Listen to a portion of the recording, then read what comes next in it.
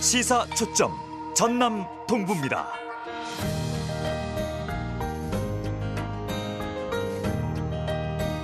시사 초점 전남 동부입니다.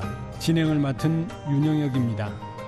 신종 코로나 바이러스 국내 16번째 확진자가 광주에서 나오면서 지역사회가 술렁이고 있습니다.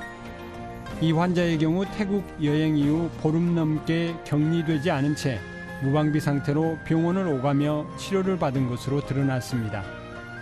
치료 등으로 통상적인 외부 활동이 많지 않았을 것으로 보이지만 태국 출국에서 확진까지 접촉자가 상당할 것으로 보건당국은 추정하고 있습니다. 또 중국이 아닌 태국 여행객이 감염된 사실에 초점을 맞춰 감염 경로 파악에도 주력하고 있습니다.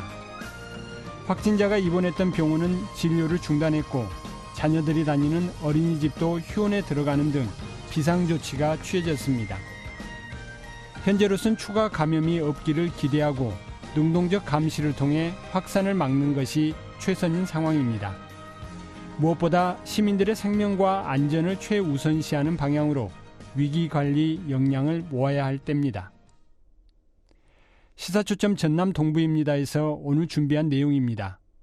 신종 코로나 바이러스 사태가 계속되면서 중국과 거래하는 지역 수출 기업들의 고심이 커지고 있습니다. 주간 경제 뉴스 브리핑에서는 이와 관련된 내용과 함께 지역 경제 뉴스들 정리해 봅니다. 시사 이슈 오늘에서는 순천 송광사에서 오늘부터 진행되는 송광사 필적 기행 특별전 내용 들어봅니다. 리포터 취재 현장에서는 순천 사회적 경제 지원센터의 역할과 앞으로 발전 과제는 무엇인지 살펴봅니다. 전남 동부 지역은 오늘 맑은 날씨 이어지겠습니다. 이 시각 주요 뉴스입니다.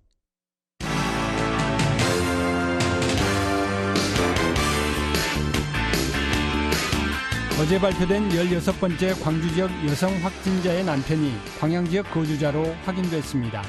확진자의 남편은 광양시 모 업체에 근무하고 있으며 현재 증상이 나타나고 있지는 않아 광주 집에서 자가 격리되고 있는 것으로 알려졌습니다. 광양시 보건소는 우선 남편 근무지에 소독 조치를 내렸고 질병관리본부의 역학조사 결과를 기다리고 있다며 상황이 파악되는 대로 추가 조치할 계획이라고 밝혔습니다.